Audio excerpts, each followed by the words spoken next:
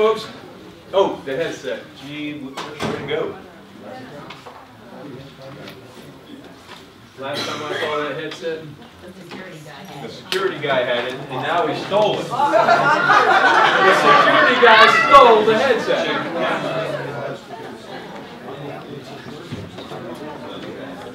Evan, you got that headset? I got it. There we go.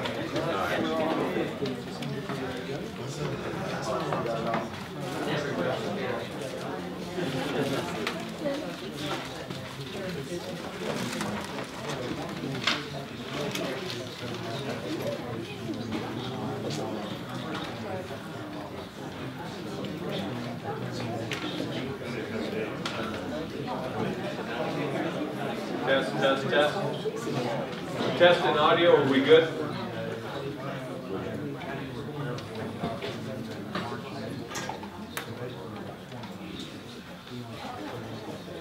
Are we good on test? Test audio? Test, test, test. Audio's good?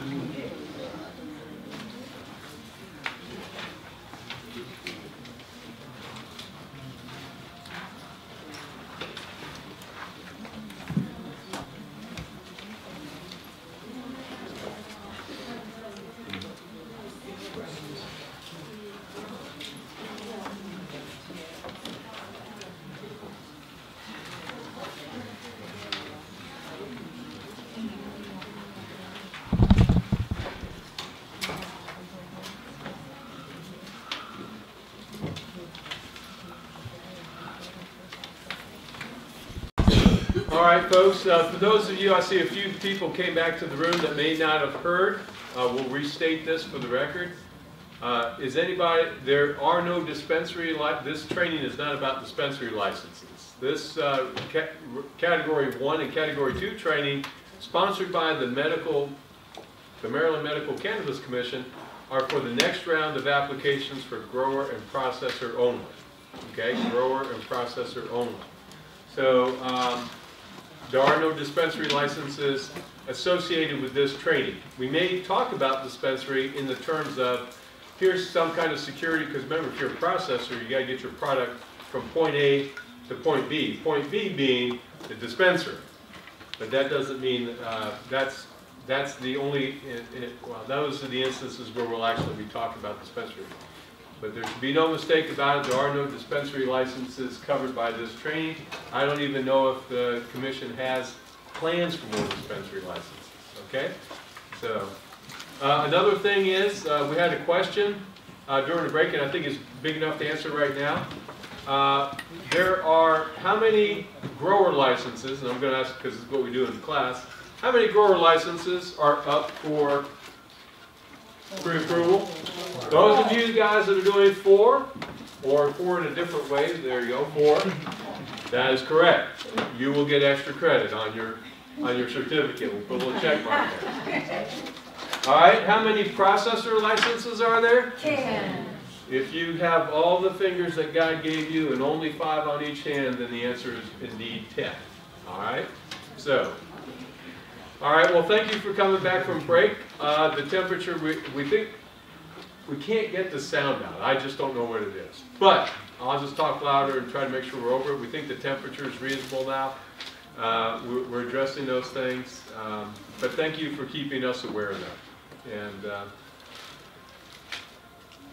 this is, I'm supposed to talk to you about writing a good application, right? But if you don't already know how to write the King's English or American Standard English or grammar and composition, I'm not here to talk about that specifically. All right? I met with a guy yesterday that had an English major and ended up going into public relations. He says, you'd be surprised how much I have to rewrite stuff for professional organizations because, he says, you won't believe there's not a noun and a verb in every sentence. And I thought, if Mr. Abraham, my 6th grade teacher, would let us out of class, if we didn't know anything else, we knew that you had to have a noun and verb in every sentence. All right, that's my level of expectation, is that you all know that there needs to be a noun, proper noun, I don't care, whatever kind of pronoun you want to use in a verb in every sentence. You can have prepositional phrases, modifiers, subjunctive clauses. Ugh. whatever you want to do. But I'm going to follow more towards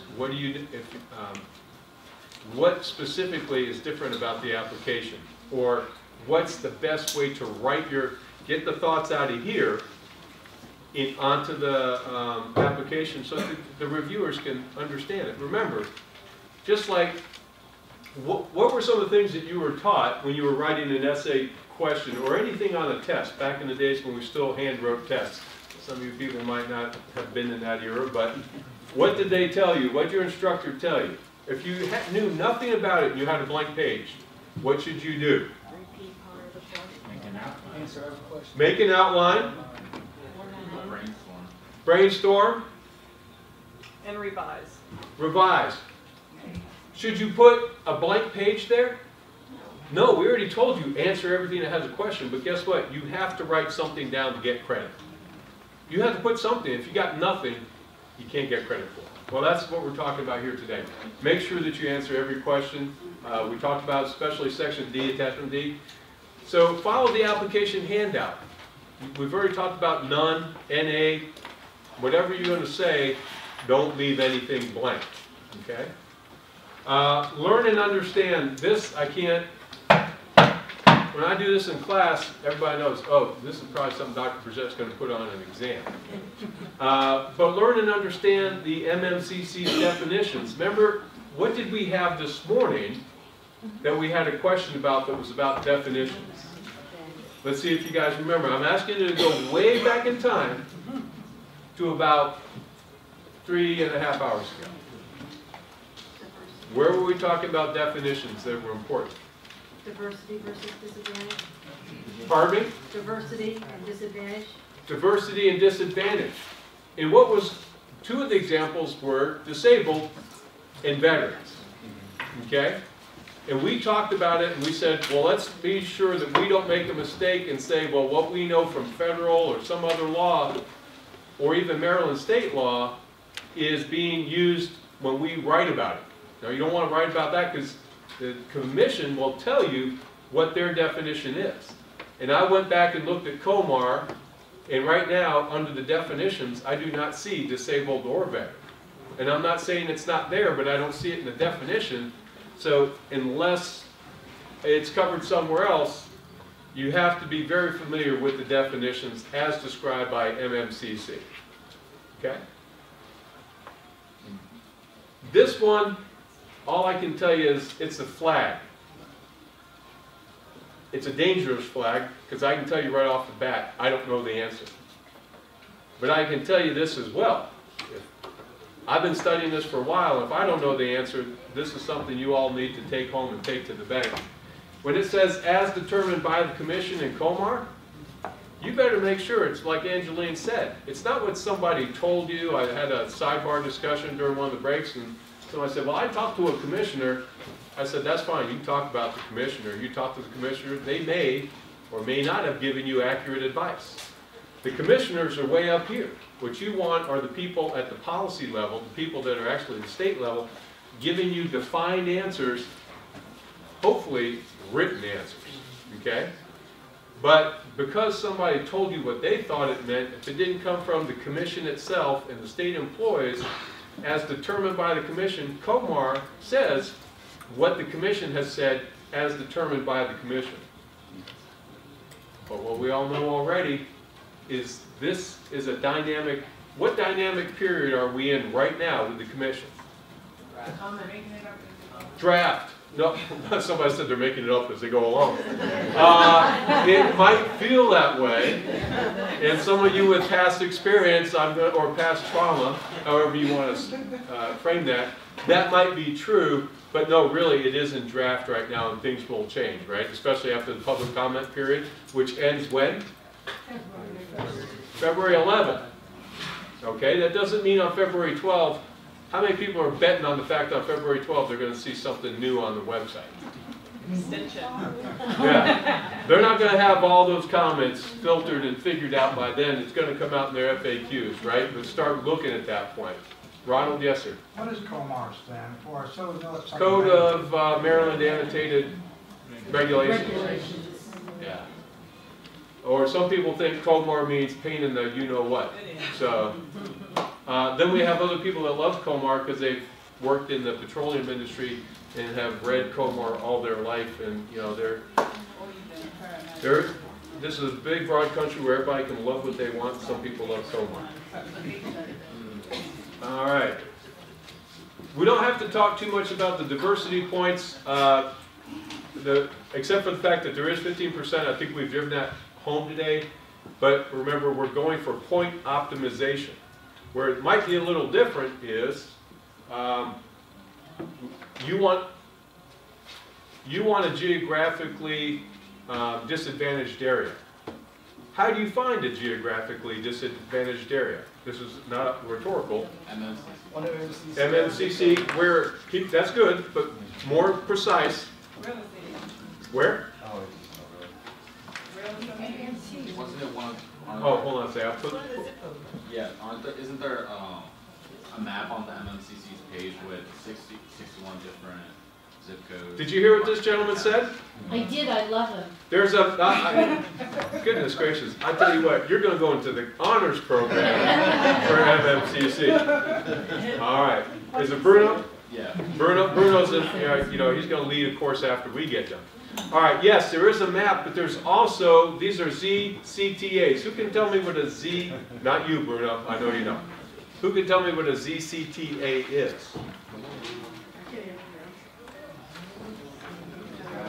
This is great. This is just like being in class at the pharmacy school when the class don't know, you hear a lot of mumble, mumble, mumble. That's okay. There's no penalty here for getting it wrong. It's a zip code tabulation area. Zip code tabulation. What's your name, sir? Mark. Mark? Yep. Mark's words. Zip code tabulation area. Yes, it's, if you care about the methodology, and some of you do, it's associated with the American Community Survey. It comes out every 4 years. Believe me, I didn't know about it until I started working with this material. But they can explain it to you on the on the Cannabis Commission website. I'm not going to, other than to say, and that's not just the map, because you can tell by ZCTA, generally they conform to the zip code. Okay, so 21875. Is that Delmar? Yes. Okay, 21875. But you want to make sure that you put the address in. There's a place where you can go and put in the physical address. And Mark was concerned, says, well, I don't want to be shelling out money for some place that if I don't get the license. Well, you're going to have some kind of agreement that shows that that address is in the ZCTA. And you don't want to be, the zip code, you can say, well, it's in the zip code. Yeah, but what if right across the street, the ZCTA ended here, and the address across the street is not. Now, I live in Columbia. Does anybody live in Columbia? Okay, I live in Columbia, Princess Anne. But what's the difference between blue signs and green signs? County. What, Sean? County versus city or something? County versus city, Bruno? Maybe I'm thinking of the wrong thing. Blue signs has to do with water, green has to do with land. All right, this is where Bruno's not correct. Okay. Yeah, Columbia Association versus non-association.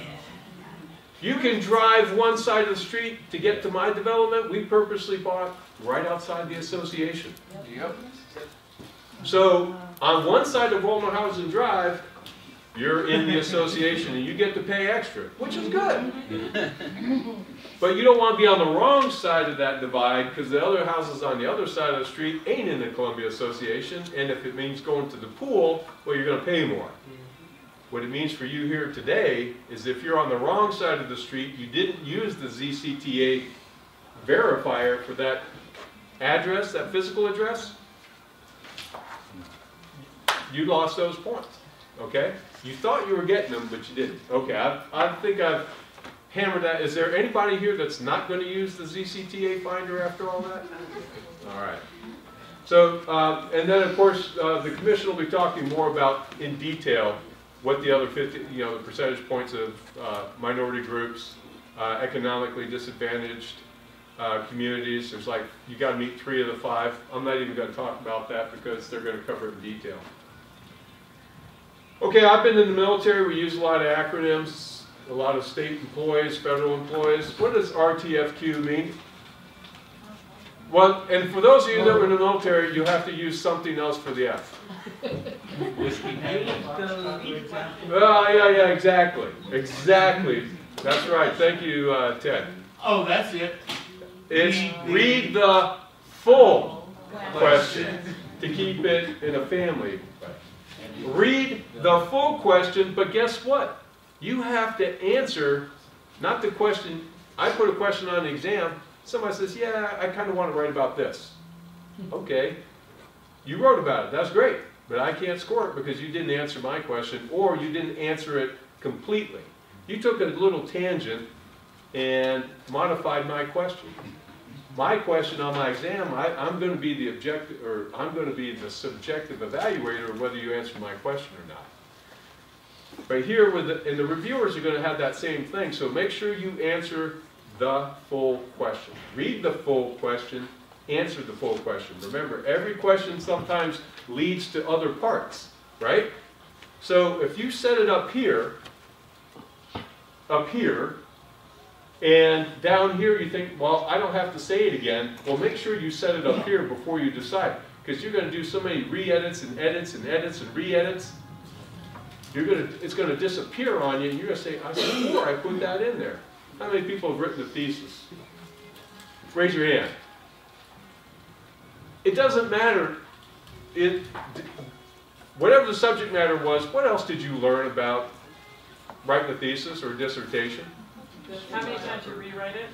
How many times you rewrite it, exactly, and version control, Right. and modifiers, and did you ever delete something that you were sure was in there? And I thought, oh, this is final. How many finals have you guys produced? All right, yeah, I can't tell you how many final. So I try to date everything, and I've even gotten down to grant proposals and submissions where I can put the time and date on. I mean, it was 3 p.m. on the 19th of January. So please, please, please, don't think just because I answered it before, you're gonna get brain dead thinking I've read my own material, and you get desensitized to it. So have another fresh set of eyes. And it can be outside your organization, because remember, if it's outside your organization, they have no preconceived notion of what you think you're doing, and they're going to ask a logical question. What happened to the security cameras? Aren't you supposed to have some? You'll say, yeah, it's in there, and you'll read it and say, ooh, we deleted that thing about the security cameras in the loading dock. Okay? So when it says RTFQ and complete answers, make sure you ask the question, but you answer the question, but you also don't delete something that answered the question. And if it's up here, you can restate it down here, but you don't have to restate it verbatim, okay? Because what we're talking about next is word count. We've already talked about that. If it says 5,000 words, you can put in 6,000 words, but they're going to count the first 5,000. So part of that word count says, I don't need to restate stuff over and over again. That's boring for the reviewer, but you do need to refer to it occasionally. Or as specified in section 2A.1, and then you can go on, and that's going to be efficient use of your time and space. Okay, it redirects the reviewer. Have there been any people in here that have reviewed proposals, grants, contracts? Any other tips that you can talk about when you've reviewed? Any other review tricks or things that you like to see? Answer the question. Yep. Well, that one's a given. Is there anything else? Yes, What sir. your references. Make sure you know what you're referencing. Yep. We're gonna talk about site references, because just because Jim Brissett said it, and I can be a credible guy. I mean, you people here are listening to me today. If you talk to my wife, you'll say, do you know how many times he's left me at a restaurant waiting for him to show up? 2, I can remember. She'll be happy to remind me. But that doesn't tell you I'm credible about showing up at Chinese restaurants to meet my wife. Yes, ma'am? Typos are my pet peeve. As a Because, compliance officer. yes, Yes, ma'am. if you say that you are the expert and you give me something, it better be right. All right, for those of you that couldn't hear that in the back, typos. I mean, come on, guys. Word, if you're not using Word, spell check it, grammar check it. That part is so easy. I had people submitting for some scholarships this week at our students, and you thought they've got to the point where they can't write anymore. They can't write this way, cursive, but you'd think they could at least run spell check and grammar check. And there's even Grammarly, you know, things that you can use. They'll give you a whole sentence sometimes. There you go. Delonte, do you need me to do something? I was gonna, Celeste? Don't bury the lead. If you have something that's unique and wonderful about who you are, put that up front. And when you write bluff and put it at the bottom, that just shows you don't know what bluff means. It means bottom line up front, so you have to put it up front. I like what Celeste said. Celeste said, don't bluff. That means, and it's a great acronym, I'm stealing it now because I've never heard that before, but I'm using it. Hey, plagiarism is the sincerest form of flattery. It's just it'll get you thrown out of a lot of academic institutions. Bottom line up front means don't bury the lead. That's the newspaper term for by the time you read through all of this, it says, and the suspect wasn't killed. Well, in the meantime, you just read through a paragraph and, you know, that's the lead. Suspect was not killed. Oh, okay. Now tell me more. It also might imply that you really don't know what you're talking about. You're going to fill space with fluffy stuff. Deb? One thing I wanted to also say. Oh, yeah, as a former... When you're looking at an SME reviewing an application, they want to make prose into some sort of scoreable numeric item. So the best way to do that is don't bury the lead, as you said, but then give examples, because examples can be scored. And so, you know, you want that 5. If you have 5 examples of why you're doing this the best versus 3 or 1, that's something they can score. So use examples. For those of you that couldn't hear it, and also for the audio on the thing, Deb said, make sure you use examples too, because that they can score. I mean, you can say, I met the requirement, do this, yes, I'm going to do this. But then give some examples, okay? That gives them a little bit more to dwell on and a lot more to score. So, thanks, that's a good one. And that actually goes back as well to complete answers. You know, there's complete and then there's more complete, right? Use active voice. What do people, anybody in here want to tell me what active voice is? And it's kind of related to what Deb and Celeste said.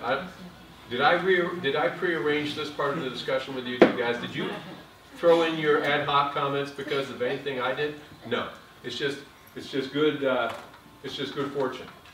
What's active voice? I am. We play with assumptive language. Right. In the present tense. Present tense, that's helpful. Same thing, present tense. Present tense. Assumptive language. Pardon me? Assumptive language. Assumptive language. I don't know what assumptive language is, but I can tell you what active voice is. Active voice is a more efficient way to say what you want to get done, because word count's going to matter. So you can type in active voice on your computers and look at something, especially Grammarly is great about telling you, you said in 42 words what you wanted to say. Grammarly can take it down to active voice and put it down into 22 words or 30 because you want to use active voice. The programs out there will do the hard work for you, okay? You don't have time to go to Mr. Abraham's 6th grade class in grammar composition, so that's the next best thing. Review applications from Maryland and the other states that they were redacted and they were posted. Become familiar with the website. I think that will help you see what some examples look like, overcome some of the writer block, and you're going to say, wait, this isn't rocket science. These first people that put stuff in, that's not rocket science. I can do that. It also increases your confidence, okay? But it also sparks the creative juices. I mean, the hardest thing to overcome is a blank screen or a blank page piece of paper, right? So take what they've already done to help jumpstart and catalyze what you're going to put down for yours. On the flip side, avoid the temptation to cut and paste, because we also have programs that tell you now you can submit. It's happy to tell you Jim plagiarized 90% of this or 50% of this, okay? But also the commission will probably know because they posted these redacted things, okay? So avoid that temptation to cut and paste, or If you're cutting and pasting huge blocks of stuff off the internet and pasting it into your document, you don't know what it means, I can guarantee you they'll know not only that you did it, because they'll assume you didn't know what it means, but they'll say, I've read this before. Yes, Bruno. So in the redacted copies, you don't want us to copy and paste material from? No, I say write your whole thing, but then go back and redact. Okay. Okay? No, write your whole thing and then redact. It's kind of like coming up with your final thesis. Right. You're going to go through so many filtering processes, and you're going to say each time, gosh, I know this is final, and then you're going to find something else. Okay? Good question. Site references, we talked about that. Yes, ma'am? Just one thing, another thing too, because dealing with contracts, a lot of times when you finish something, you have a mindset, how can I make this smaller? Always go back and say, how can I use less words? How can I use a different phrase to save on your words? And that's true. If you can say in 30 words what you said before in 35, that's better. Okay? Learn and use the familiar terms, concept, and keywords. I think we taught. Yes, ma'am. On citing references, the question is, do you want the full citation, like all the authors, the title, the source, the year? You're going to ask me what I want as an academic, and I can tell you by our university standards what that answer would be. Yeah. What do these people want? And see, now we're asking what different styles. I'm going to tell you that's a question to ask the commission. I think it has to be a credible citation where a reviewer would be able to know that you are giving credit where the credit's due. They're also going to give you a little bit of credit and say, well, this person technically read at least the abstract of the article or the piece. So as far as the style, I'm not so concerned if I'm a reviewer what style you use. But I do want to make sure I understand, wow, I've read this before. Geez, I'm familiar with this industry. Aha, you did credit it. But it also gives you the credit of, well, this person knows what's going on enough to cite the reference. So where do they go in the document? I'm going to suggest that, I don't know the answer to that right now. I don't think it's counted. It won't be counted as part of your word count. Right. But if you have a 5,000 word count, that citation is going in that section. Do not put them at the end. No addendum. Yeah. No. I would not put them in the addendum.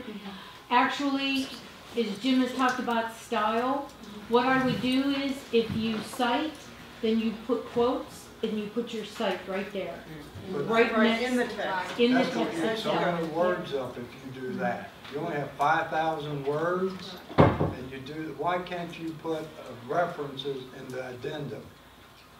Well, right now, why don't we just table that for a moment because I'm getting a high sign that my time's up. I'm going to take another 5 minutes and just to wrap up. We use the DOI. And we can get some clarification on that, but your idea is exactly right, Ronald. The point is, and what Angeline says is right, you don't want, the citations should not be and will not be included as part of your 5,000 words. But how to do it? Because everything has to be uploaded in that portal, right? Yep. So a lot of ways to do it.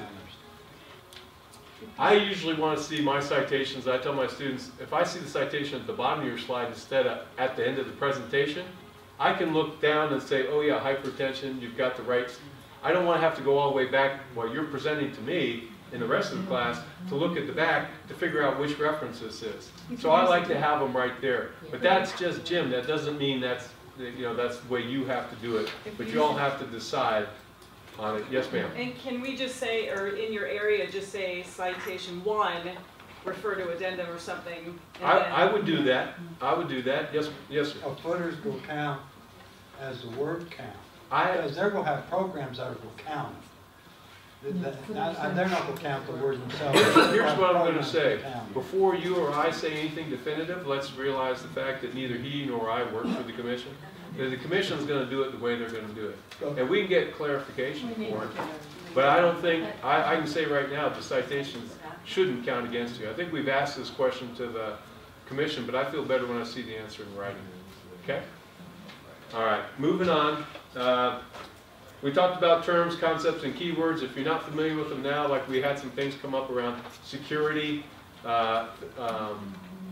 I don't know what, I mean, I know what coax is, but there was stuff that I have no concept on. I know more pixels means better quality, but there are some technical terms I won't know, but there's going to be some as well in the cannabis industry that you just have to become familiar with if you're not already. If you use acronyms, define it. That'll save you space, okay? We all have programs now in PDF or something else where it says Control F, opens the little find button. If I can't remember as a reviewer what you meant RTFQ stood for, I put it in there, it says, oh yeah, read the full question, okay? And then I'm off, okay? Now you may want to occasionally sprinkle the words again. You know, we always say if you explain the acronym once, do you have to explain it again in the document? The answer is no, but sometimes it's such a long document that it might be at the front of each section. It's kind of nice to have it there. But if your word count becomes an issue, that gives you another little tool to fudge out some, flesh out and squeeze down, like in a contract, some of your word count. Okay, we talked about post, you know, this is at 9/11, this is going to be 2/11, okay? After February 11th, the commission, the draft application changes again, so make sure that you review and understand the commission's answers. A lot of them will show up on their FAQs, or some of the FAQs are already there. Has anybody, people, by show of hands, have you already accessed the FAQs? We've got 1, 2, 3, 4, 5, 6. The clear majority have not. So what I would like to suggest for you to do, hopefully even before you come tomorrow, look at those FAQs. Just look at it. That's all you got to do, and you'll get an extra little check mark on your certificate when we give it to you tomorrow. Okay? And then read your emails. Okay? An email sent is not an email read. All right? So, and make sure they're not going to your spam folder. Okay? All right. That concludes what I'm going to talk about. If you have any other questions, I think this is a good tips for crafting your best application. I'd like to now turn it over to Mark Ottinger, past processor applicant, who's going to tell you the joys and glories of not lunch, everything you always wanted to know about processing and should not be afraid to ask. As soon as we get a mic up. I had a old friend who taught English for years, and her philosophy on writing was that writing is like a woman's skirt. It needs to be long enough to cover what's needed, but short enough to be interesting. There you go.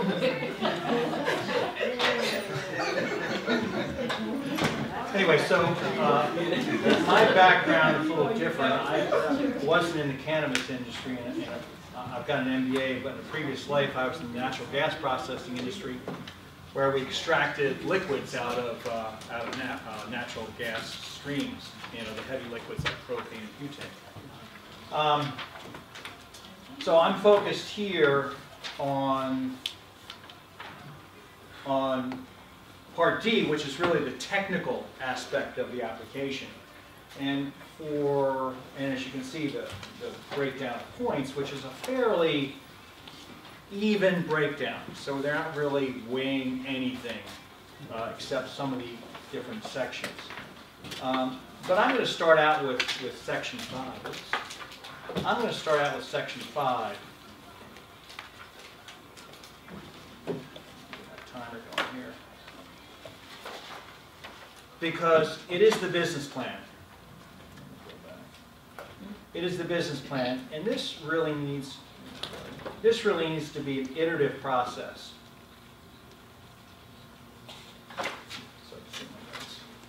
The business history is all about what your team is, who your team is. And this is where the commission is really going to get an idea of, is this group able to execute on this plan? So with this, you need to make sure you break out the skill sets that are going to make you successful. Meaning, do you have a person with a pharmaceutical background, or a manufacturing process background, or a QA background?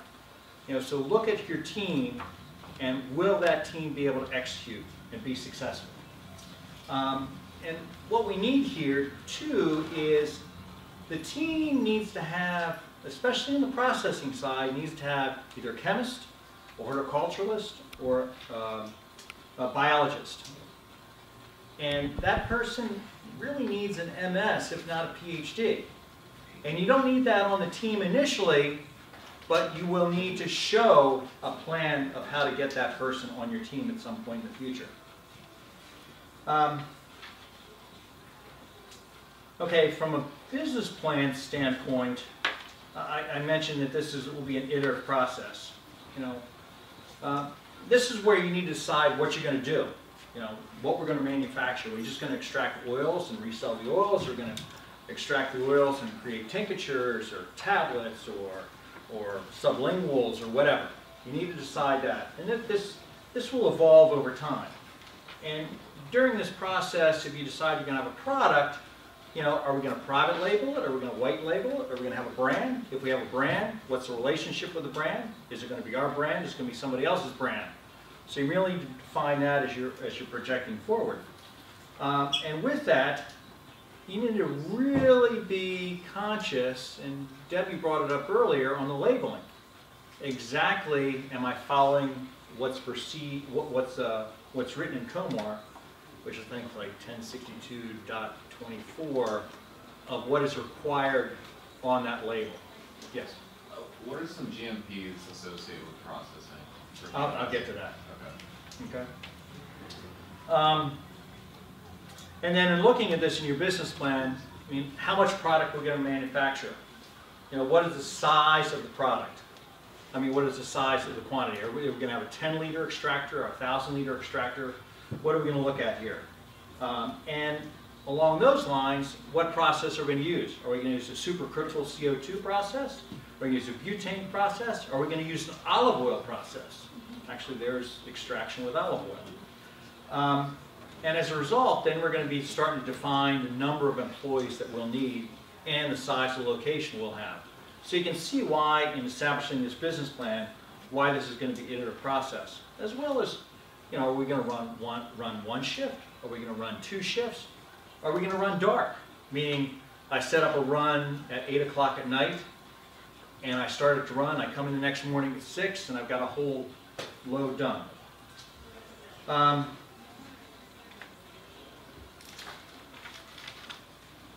So all of this drives the size of the facility, but also keep in mind from a security standpoint when you're looking for a facility is to consider from a security standpoint either a man trap, and you all know what a man trap is? No. We kind of talked about it earlier, where you walk in, it's kind of a portico or a cubicle, Staging area.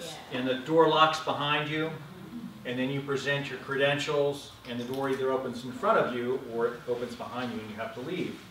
Or a sally port, where you can pull a truck in and offload, a car, truck, and offload or load without the public seeing it. So consider those when you're looking for any facility. And then with this business plan, you need to create a Gantt chart or some kind of timeline so you can show the commission that, yes, I can execute on this plan, and here's how I'm going to execute on this plan. And then finally, on any business plan, you need a pro forma. And this is going to be critical because obviously you've selected your equipment, so you know how much that's going to cost.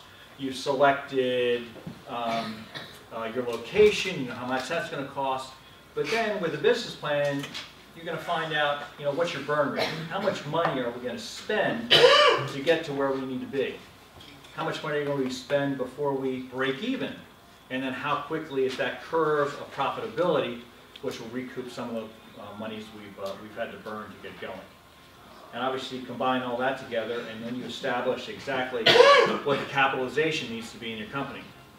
And you know, that can be going out to, you know, a group and saying, you know, can you fund us for whatever that number might be? For extraction, you know, could be $300,000 for equipment alone, or it could be $1 million, depending what you're trying to do here. So that's why it needs to be an iterative process of what you want to do with this processing operation. Now remember, banks are not shall we say, friendly to the cannabis industry. So you need to look at other opportunities for funding. I mean, not just an investor. So maybe you find a leasing company that's willing to lease to a cannabis business, but just remember, there's always the cannabis premium, so you're going to pay probably double what the market would be. But that's a way to source funds. On the other hand, opportunity may be a piece of real estate. Maybe a gentleman owns that real estate free and clear, and he's willing to lease to you. So you don't have to buy that real estate. That's a great position to be in. Because more often than not, in different parts of the country, a bank has done an audit and they find out that, oh, this piece of real estate's being leased to a cannabis company. And they'll go to the bank and say, okay, when I say audit, I mean, Federal Reserve audit. They'll go to the bank and say, okay, you got a choice.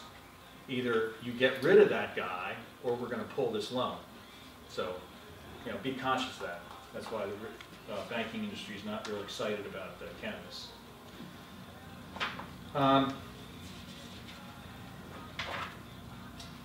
Okay, that kind of closes out the business and economic factors. I got a question. Yeah.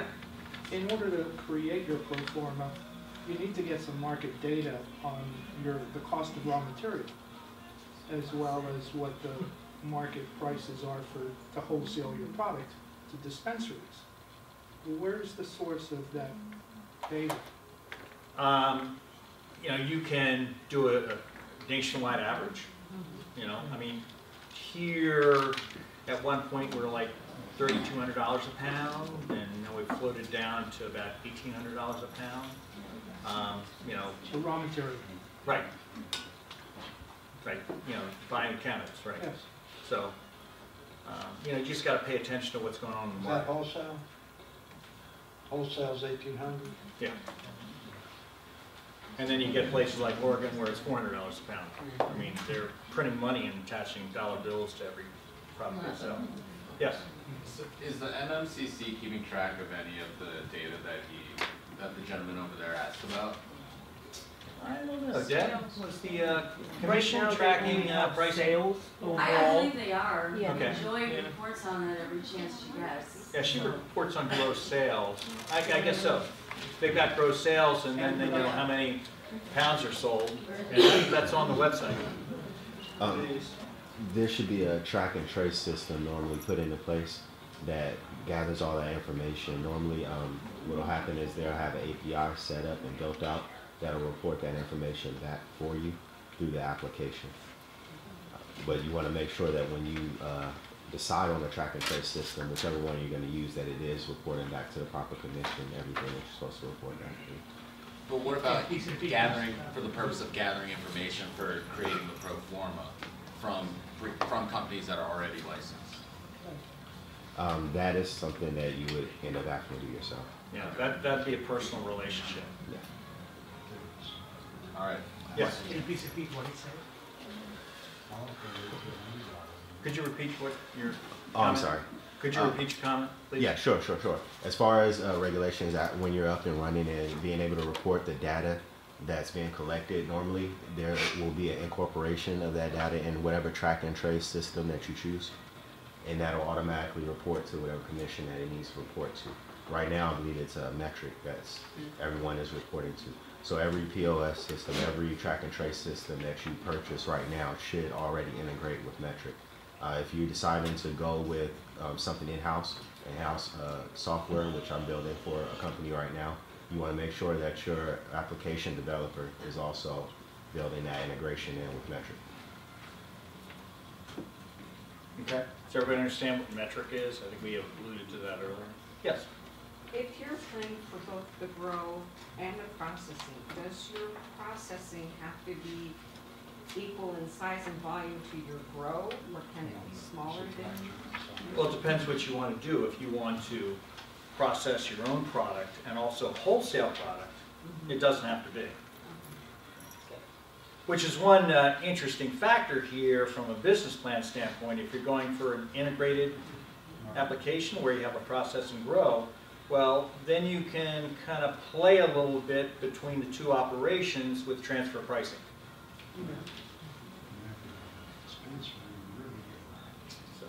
Okay, from an operational standpoint, I think the operational plan is the most fun. I mean, you know, how can I've got this square footage, I've got my equipment, you know, how am I most effectively and most efficiently going to get product out the door, bring it in and get out the door. And to me, this is the most fun. And looking at it from an equipment standpoint, you know, you really need to take into consideration, you know, what the layout is as far as the flow through the facility. And when you extract, where's that material going to? Is it, you know, are you just making a tincture, are you making tablets, whatever, and flow it out that way. And as far as equipment, you really need to start to look at setting up your SOPs on three primary things. One is sanitation, you know, because essentially every time you change a batch or a different strain, you need to clean that equipment.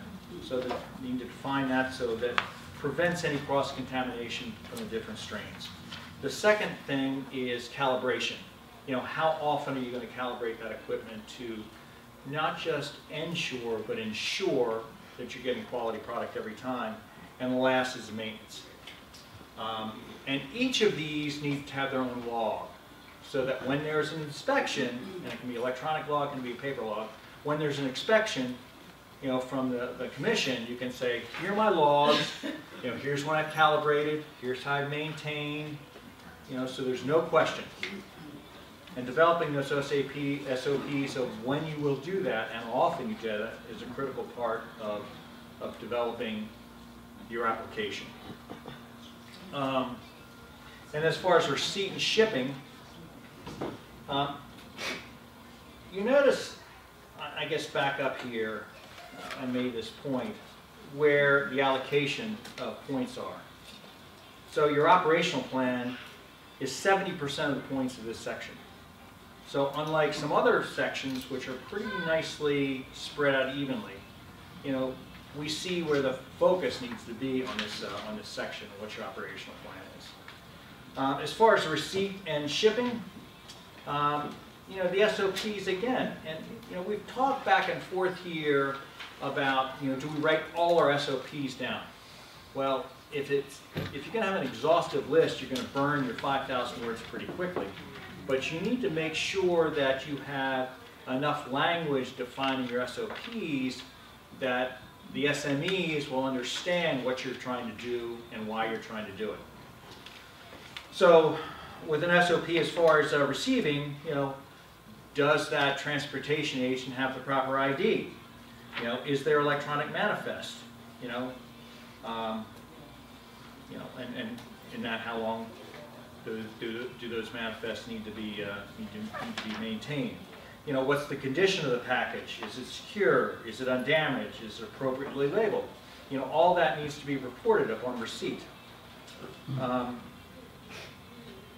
then moving to shipping, well, obviously if you received it and you want to ship it, there's a whole lot of space in between. So what's your inventory control system?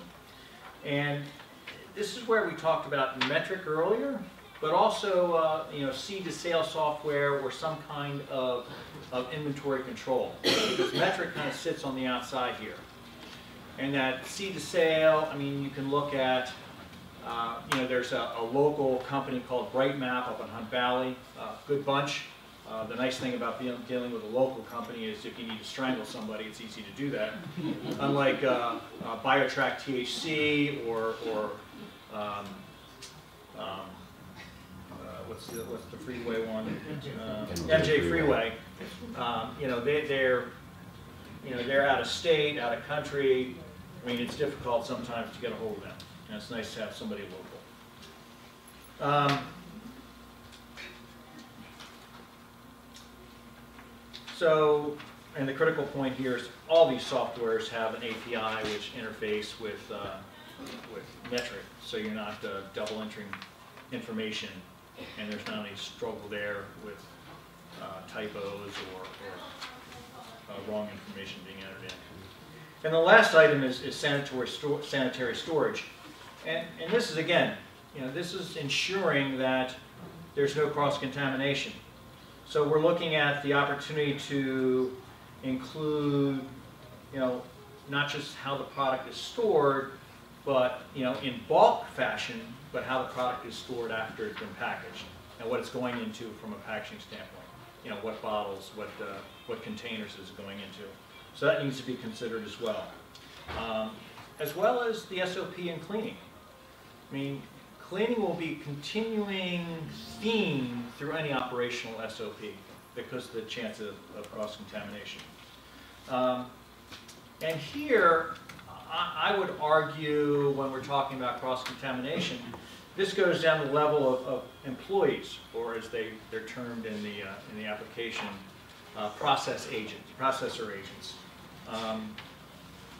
And should that person, or will you have that person shower as they come into work, change out of their street clothes into something else, and then shower when they leave? I mean, make sure you're looking at that kind of level. Next, we're looking at safety and security training, and unfortunately, Evan did a great job with that and knocked out a chunk of what I was going to say. But what we need there to consider is a processor. It's one of those good news, bad news things. We talked about equipment. That's the bad news, because the technology in processing is so critical. On the other hand, the good news is a processor can be located in any nondescript block building, no sign. It's much easier in some ways to secure as a result because you're not advertising.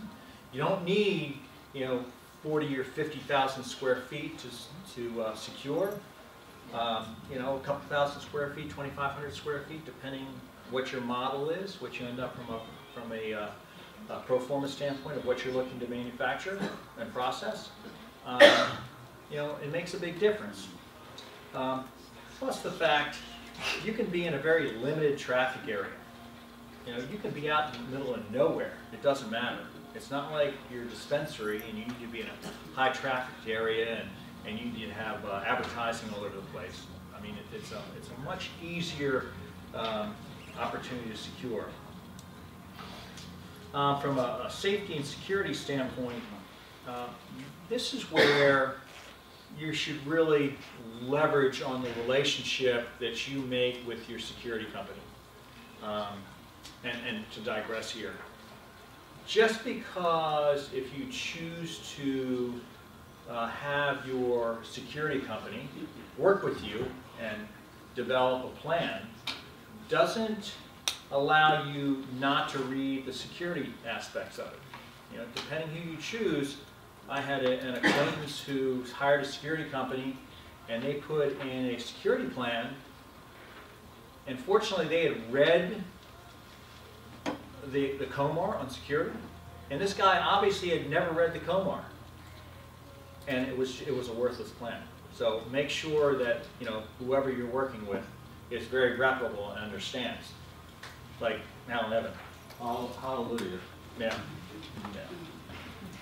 Because it's going to save a lot of time and money.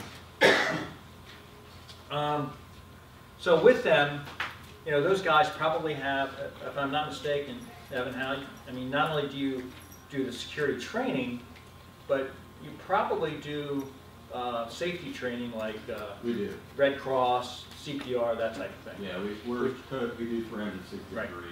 Which should be all part of the SOPs that you're looking at.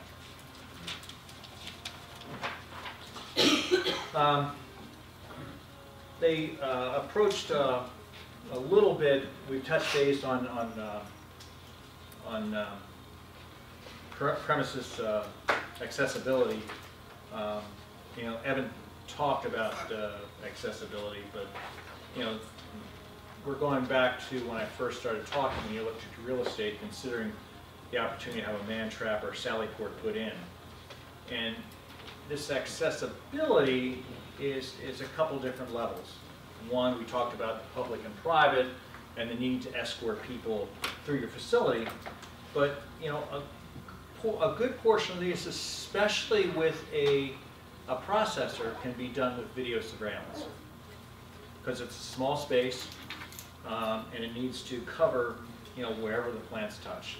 So In some ways, because it's a smaller facility, we may pay more from a per square foot cost, but we also don't need as much. And then diversion protection, Debbie really spoke to this well, I think, in looking at the premises accessibility, because we don't have the public coming in, we don't have a big square footage, you can really manage and control who you're letting in. Now, Evan commented that you're going to have, everybody come and trying to sell you. Well, that's the beauty of a man trap. They come in, they present their information, sorry, we're not seeing anybody. Or you just put a sign out. No solicitation, no sales, no nothing. So you really manage the type of people and who you have coming into your facility. So it changes the dynamics there pretty well in looking at a diversion plan. And as far as process control, I mean, this goes back to what we're talking about, GMP, and also looking at what we're trying to produce from a concentrate standpoint or infused product standpoint, and looking at what our material data sheets might be here, what the OSHA protocols might be in handling concentrates or handling solvents that we have in place, all SOPs that need to be put in place. As far as GMP, we need to kind of adapt that a little bit because there's really none in the industry. On the other hand, FDA has GMP for cosmetics, for food, so we can look at those portions of GMP. Deb? Yeah, one thing that I would say too that is critical, think about the things that are going to cost you money when you're doing your build out that you don't want to redo. So, the washable floors, walls, and ceilings, that's a basic requirement, I would say.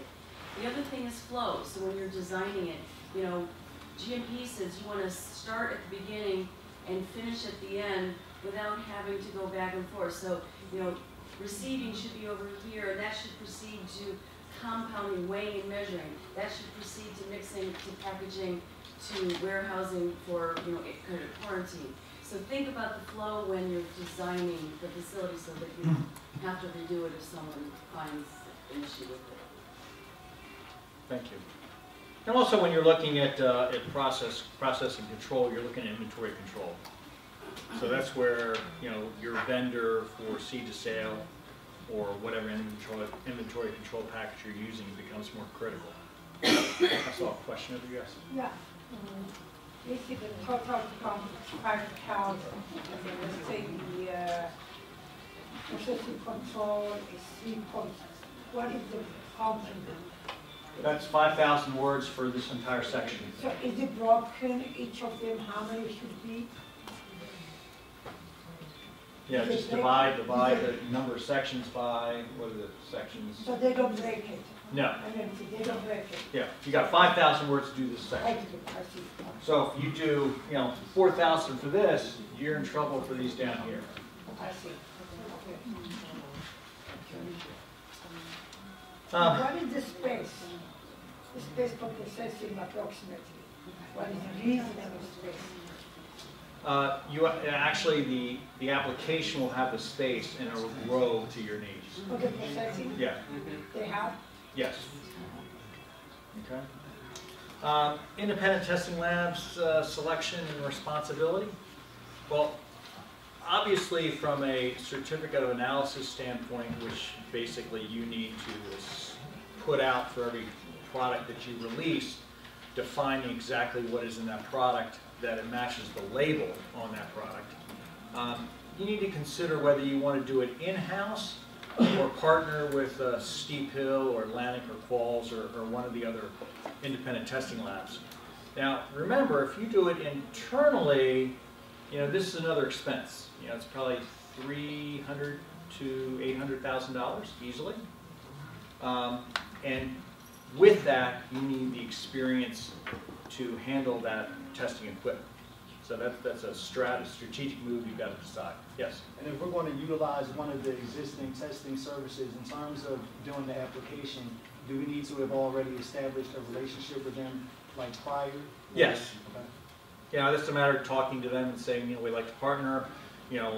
If we get it, will commit to you, they may want a written document to say, okay, if you get it, here's the pricing I'll give you if you commit, that type of thing. So, And with respect to the testing, is that a batch and that they sample, or is it each unit that is sold that is tested? a batch, and they will sample the batch. So if you are making, sublingual sprays, and you've got, I'm just going to pick numbers, a quart of product, they'll sample that product, and then you package your product into the 3-ounce And is containers. sample done on both ends, meaning your raw material has been tested before receipt? Correct. And then your product is tested post-processing? Correct.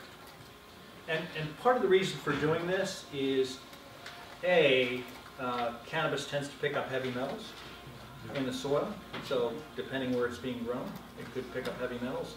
And obviously, when you process, there's a concentration going on there. So where it wasn't heavy metals or showed no pesticide, after processing, there may be some heavy metals showing up or pesticide product. Yes? But as far as processing is concerned, you're receiving that already with the lab results from the person who either grew it or... Right. So it's not anything you have to pay for twice. It's coming to you No. already. You'll receive product that have a COA, a certificate of analysis, right? And then you process the product, and then when you go to Create ship it, yours. you've got to do another COA of that new product. Yes? What is the time where you're actually sitting on your finished batch and you're waiting for your sample? How long is it? Is it regulated that testing labs have 72 hours to process and get it back to test and get it back to you? It's really driven on the market. I mean, right now, a good testing lab is turning it in 24 to 48 hours. Got a question back here?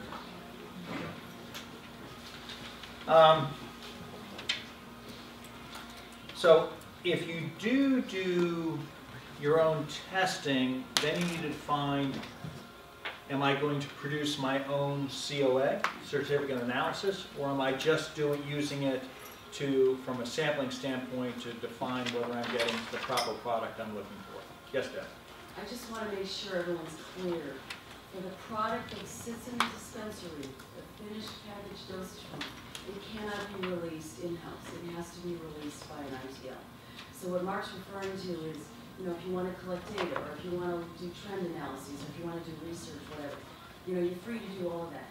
You're also free to do your own in-process testing. But what sits on the dispensary shelf can only be released by an ITL. That's correct. I'm glad you clarified that. Thank you.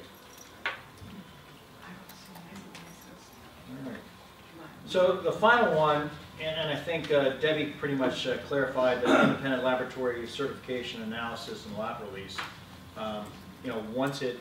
Once you are comfortable with your product, it's done the testing, then you need to get the independent testing lab to come in to have a sample and do their analysis and have their own CA for that product coming through. All right.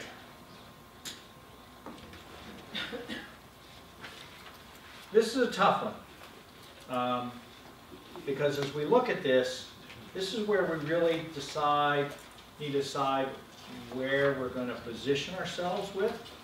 I have a personal belief that the reason this has been plugged in here is that the commission sees an edibles application or edibles legislation, edibles bill coming down the pipe, and they want to ensure that any new facility that is being licensed will be able to pass basically a GMP light license here going forward.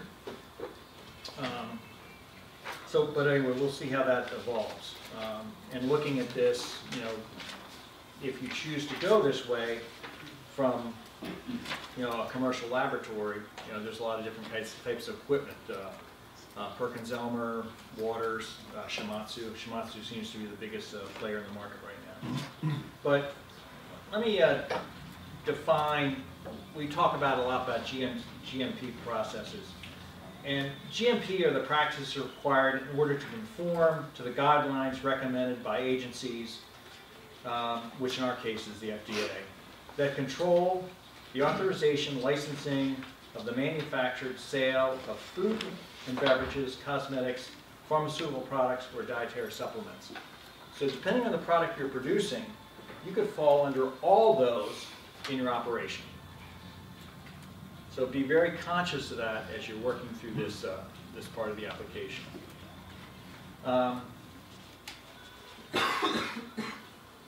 You know, basically, if we look at GMP, the tenets are to prevent contamination and ensure a quality product.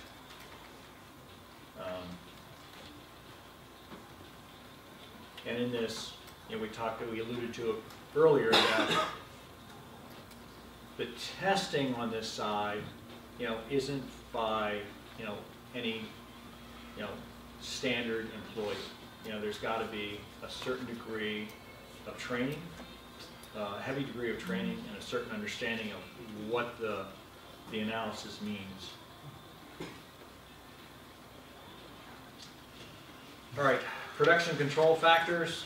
You know, this is 15 points, and we've alluded already to all of these from a quality standpoint. This is where you need your QA person as part of your team so that they understand what the issues are. And again, this is always an iterative process. If there's a mistake, what caused the mistake? What are we doing to correct it? And if it happens again, why did it happen again? And it keeps going around and around until we have a, yes? I had a question. So I noticed on Steel's website, for example, they do scientific consulting, including like most of the factors that are in section 4 of the application. Right. In terms of that consulting, do they offer like in terms of doing the application consulting in that manner? Or is it I just don't like know. I don't know.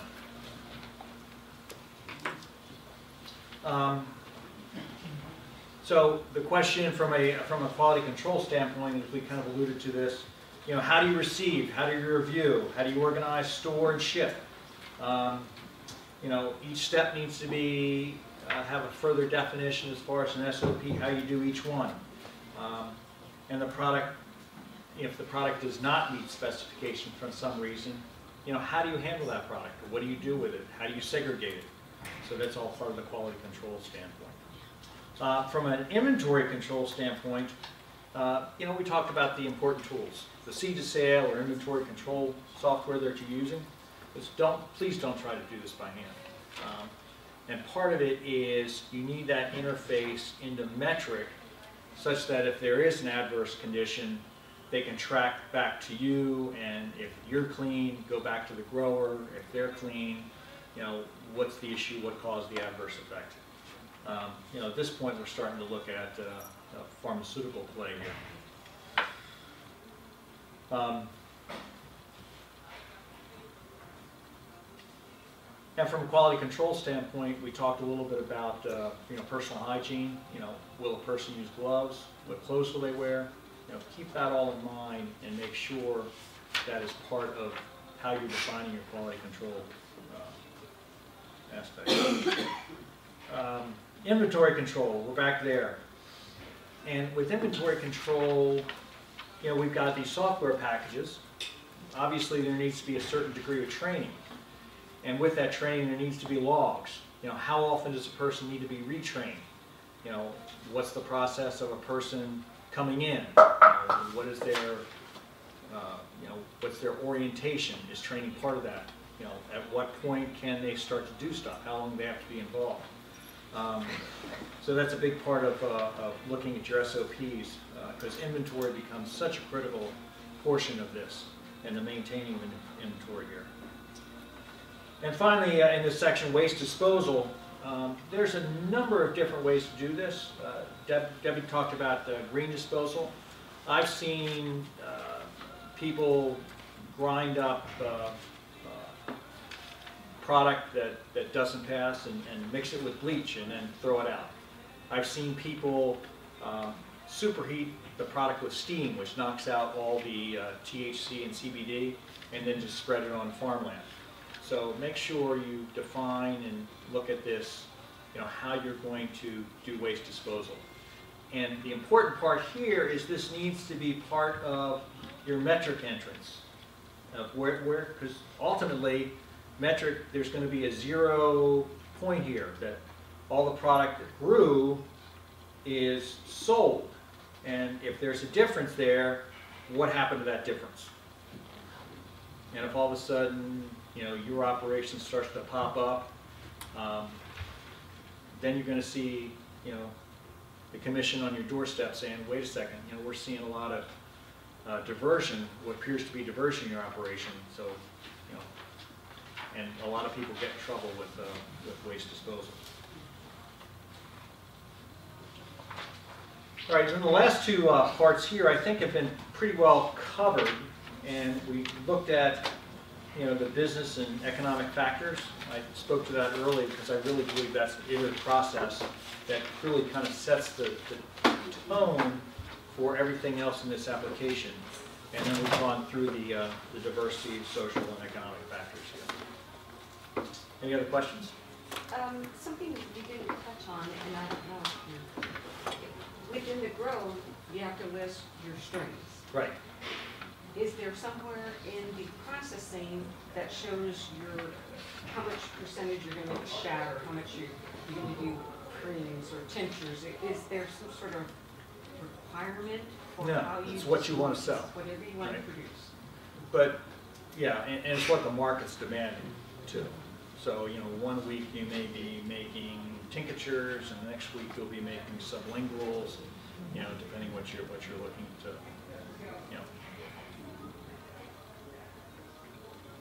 Any other comments?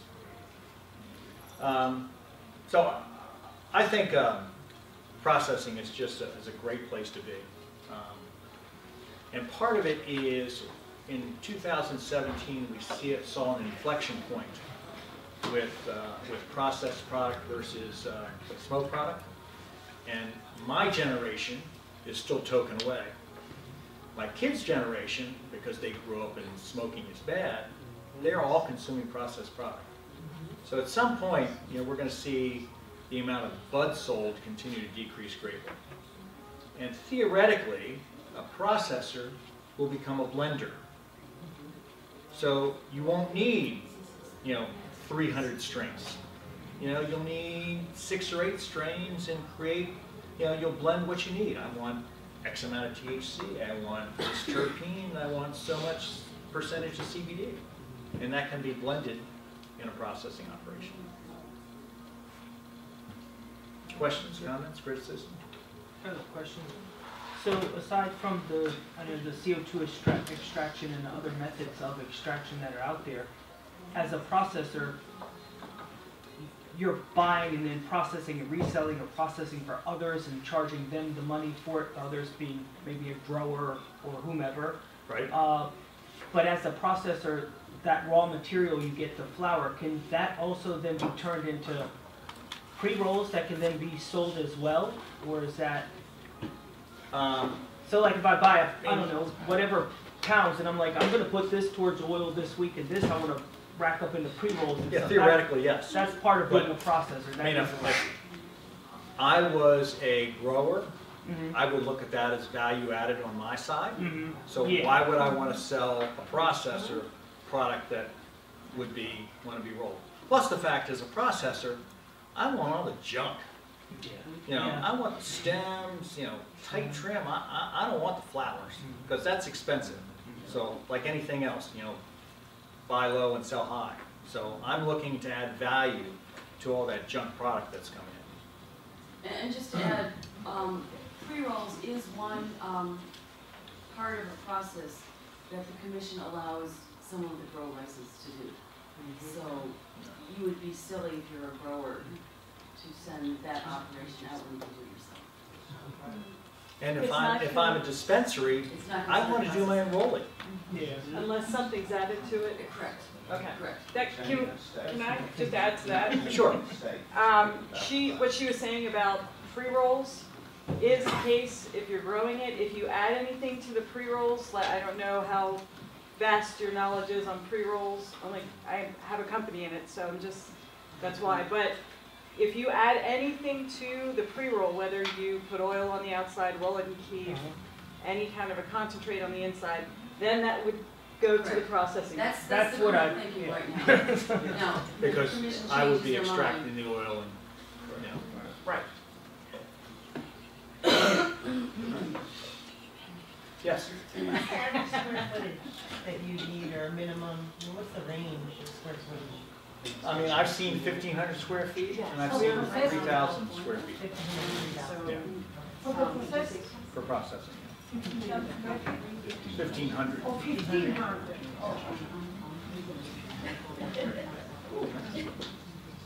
Well, thank you very much for your time. I'll be around.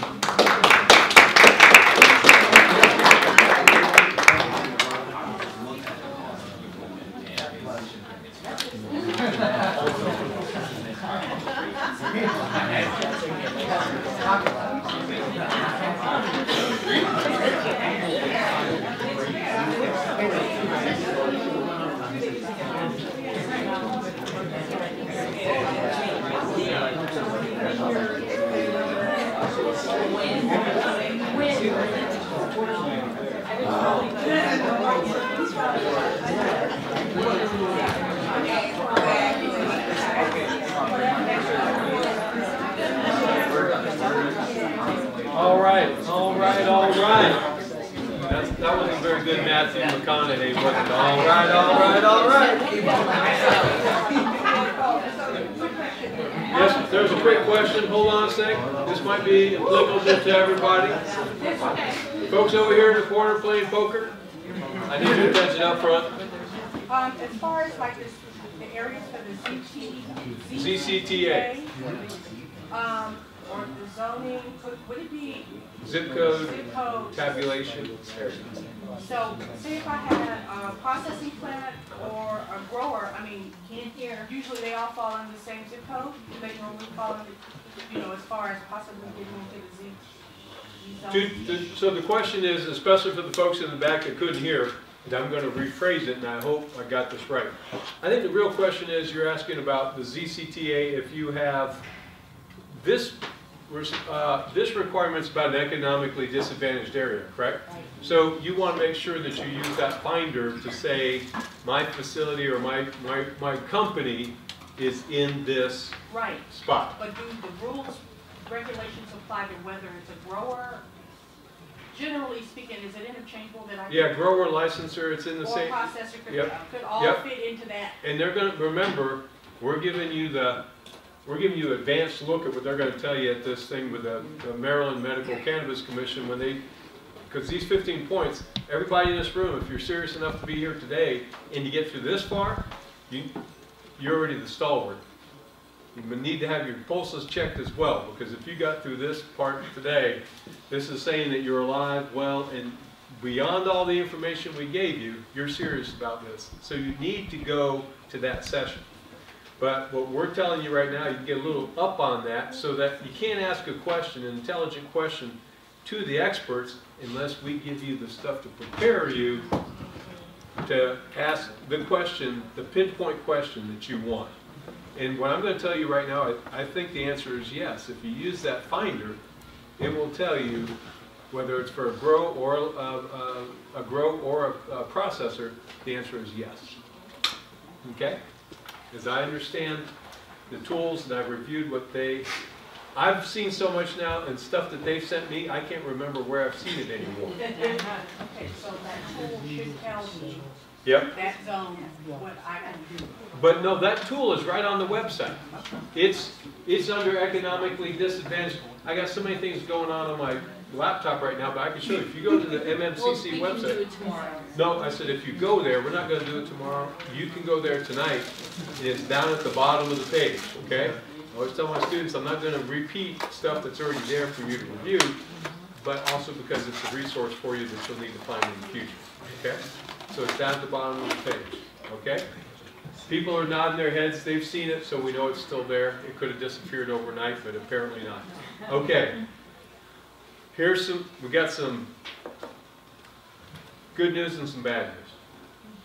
Okay, what do you all want to hear first? The bad. The bad news is there ain't no bad news. That makes the good news even better. The good news is we're ahead of schedule, and guess what? We're going to be able to wrap up early tonight because a lot of folks have been here a long time. We understand that this is tough, but wait till you get to the law in Comar tomorrow. Yeah, I know. There's a reason we did the law in Comar day 2, not day 1. Because you'd be brain dead by tonight if you're going over law. I don't know. There's probably legal beagles in here. I'm not one of them, but I can read Comar. But it's like taking a laxative. You do it if you have it. Okay, that's pharmacy clean humor, right? Yeah, especially when. Yeah, and as our compliance officer says, it feels good when you're done, but I'll add something to that. And you've completed the paperwork. Okay. With that said, this is up to the class. Folks, I need your attention up here.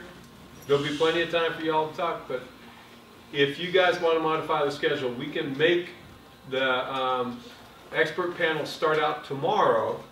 It's more interactive that way, and it's not all law all day until you're drooling on yourself. But with the class's permission and with the class driving this, if you would like to do that, we can make that happen. That'd be great. That way we have overnight to even come up with more questions. That was my next one. Did we rehearse this in any way? Okay, and the other point is, folks that have been writing down questions, I know Mr. Ted Boyd and his wife have been. Miss Clark, she wrote down some questions for us. We can address those tomorrow on the expert panel as well. But I'll need yours back because I gave you a card that had 2 questions. You had 2 questions on at least.